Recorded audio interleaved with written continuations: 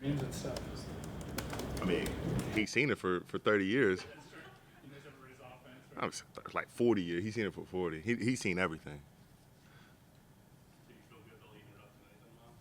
Hmm? You feel good the Cavs will even it up tonight then? Yes, absolutely.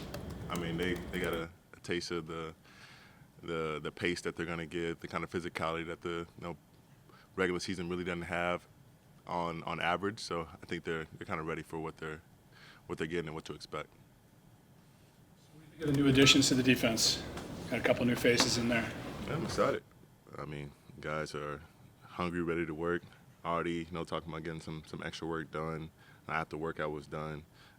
Just trying to, start from that small group, seeing who we can get, and then trying to keep on adding more people to the fold, getting everybody to stay late and getting some extra work, just trying to get 1% better.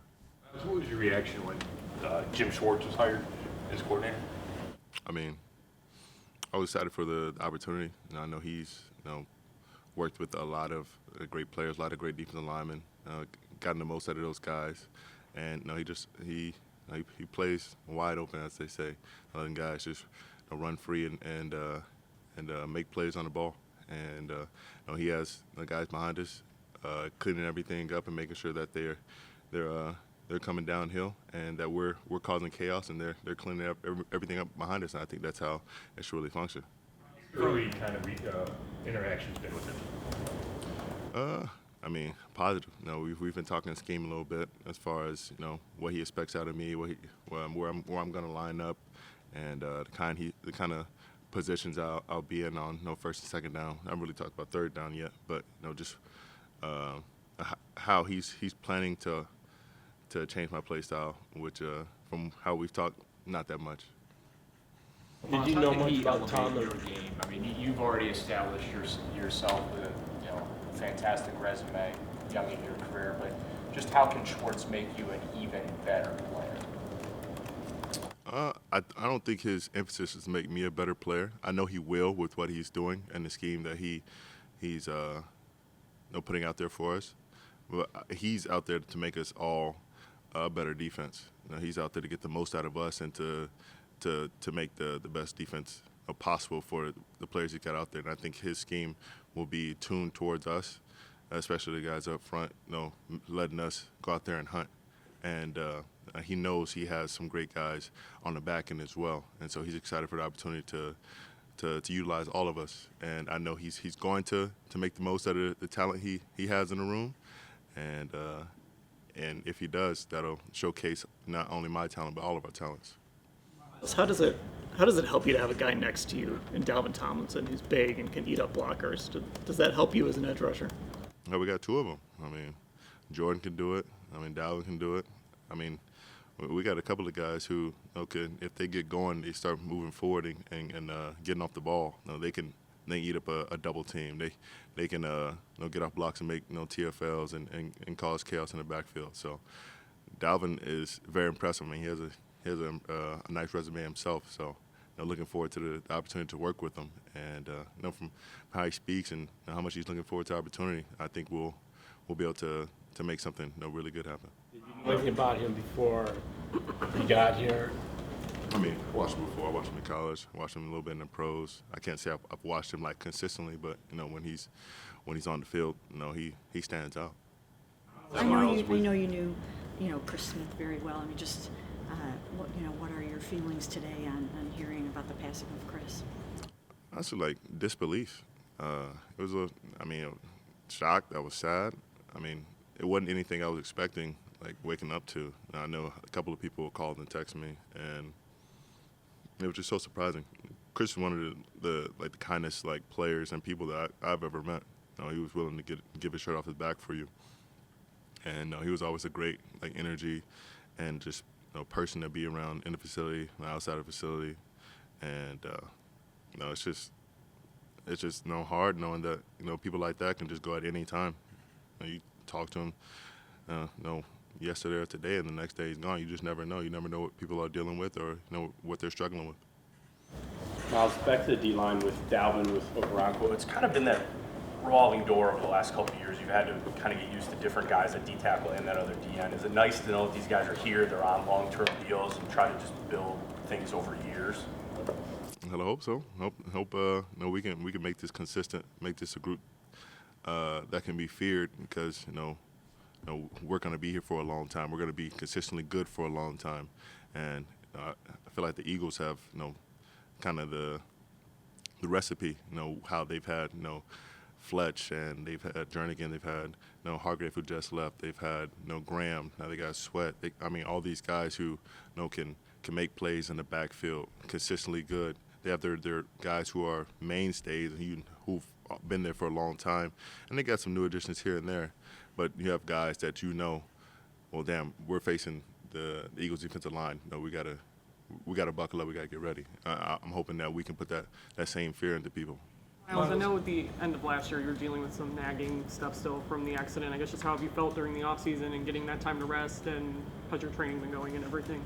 It's been a journey in dealing with the shoulder during this offseason. Then the Pro Bowl, wanted to add one with the little dislocated toe, so that didn't do me any favors.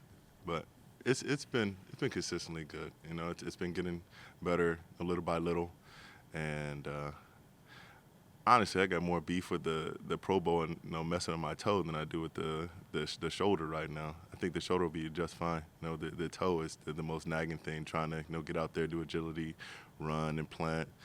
Stuff that I can do, but it's just nagging stuff like you said. It's just frustrating. But by the time season rolls around, I don't think any of that will be an issue. That happened. I mean, it kind of like broke Brown's Twitter or whatever, is it when you went down during that? Only thing went through my mind was ain't no way. It was like my friends and some of my agent were like, you sure you want to do this? I was like, yeah, sure, why not? And first wall I jump up on, hit my foot, and my foot goes numb. I'm like, oh damn, I just broke my toe. I'm thinking, dang, Brown's Twitter is gonna go crazy right now. And so I finished and I start walking off. I was like, yeah, I can't feel the top of my foot. I'm like, there's no way I get set back like this from the Pro Bowl. But I mean, fortunately enough, wasn't a broken toe, just dislocation, and it's been a little bit difficult here and there. But honestly, I don't view anything holding me back when the season comes around. Your big toe, and did you think that you might have to have surgery or anything? I didn't think I was going to have surgery. It was my big toe, or it is my big toe. But it looked like a pug for a second, and I got it back there, found it back in, and that was good. Well, good enough. I have to. I'm sorry, I forgot. I forgot the question. Myles, how much has Okoronkwo kind of reached out to you? How much has he tried to kind of pick your brain over the last month or so, since he's signed here? Just kind of getting to know you and trying to learn from you. I wouldn't say we talked too much over the phone beforehand, but this week, I mean, we've already went to dinner. We've talked, pretty much all day. Just trying to get to know him on the field. And when we're just sitting in the locker room, we're talking, seeing our tendencies, seeing what we like to do, seeing what we have in common.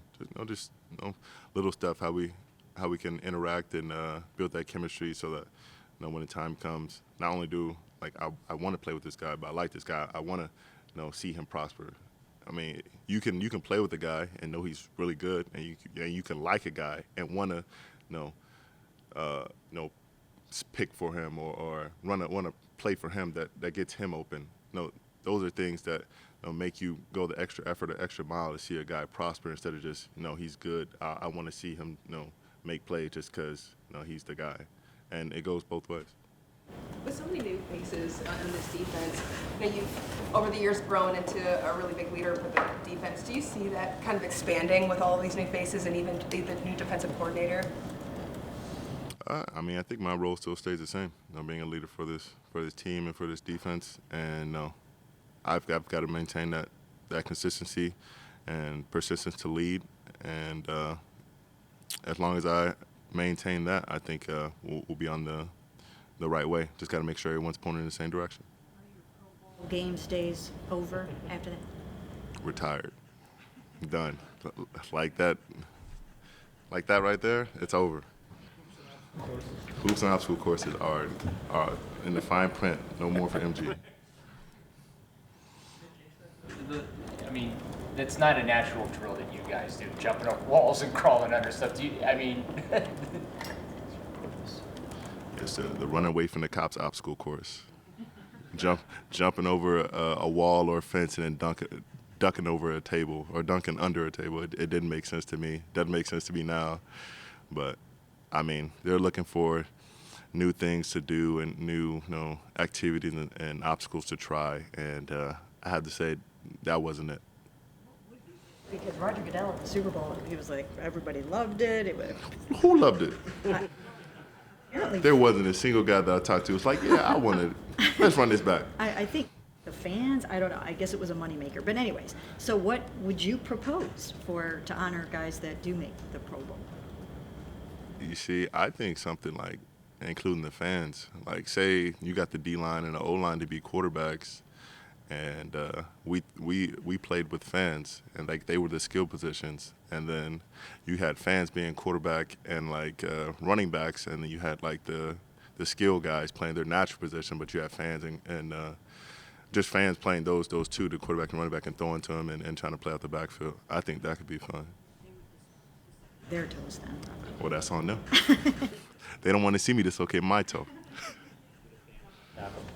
Myles, I know last year you talked about there's a theme for each one of your off seasons. Can you share what the theme is this year, if there is one?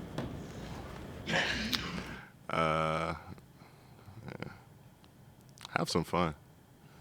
It's been up and down for a while. Like this last year had its ups and downs. I feel like my career here has had its ups and downs, but you got to make the most out of things. Got to be grateful, especially with everything that's going on in the world, everything that's happened from day to day. I'm just trying to make the most out of every moment I have here. I can't. Yesterday's gone. Tomorrow's not guaranteed. I'm trying to make the most out of today. I'm trying to make the most, get the most out of myself and from everyone I come in contact with. Just because that lasting impression I have on everyone I interact with could be the last thing they remember of me. So I want to make it a good memory. I want to be a good person to be around, as subjective as that is. You said that you didn't think your role or whatever would change much with Schwartz.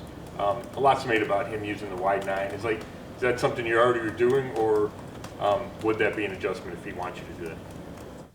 I think it's something I've done naturally. I don't think it's something I really thought about. It's just my natural width and angle at a 9 technique, and he might tune it up a little bit, just to be a little bit more detailed towards what he wants. But I mean, if the guys get the most out of it. They're able to keep the edge, make plays in the backfield. Just because in the 6 technique, it's kind of hard. Sometimes you get that tackle doubling you. Sometimes they're trying to fan you, guys trying to reach you. Like, you don't know what to expect. At a 9, it's pretty much like playing a 5 that you're going against a tight end. And I like my matchup against every tight end. Offseason, you faced Lamar Jackson a lot in the past. He's in your division. Have you been following that story at all, keeping eyes on it, or is it all about just what you guys are doing here? It's a love-hate relationship. I like going against the best talent. But, I'd have damn near 80 sacks if I could have got this guy down every time. And, I want to see the best for him occur. But at the end of the day, whether he goes to the Ravens or somewhere else, someone's going to pick him up and he's going to play fantastic football somewhere. And I'm just looking forward to whoever that is. And if it's playing twice a year or once every 3-4 years, so be it.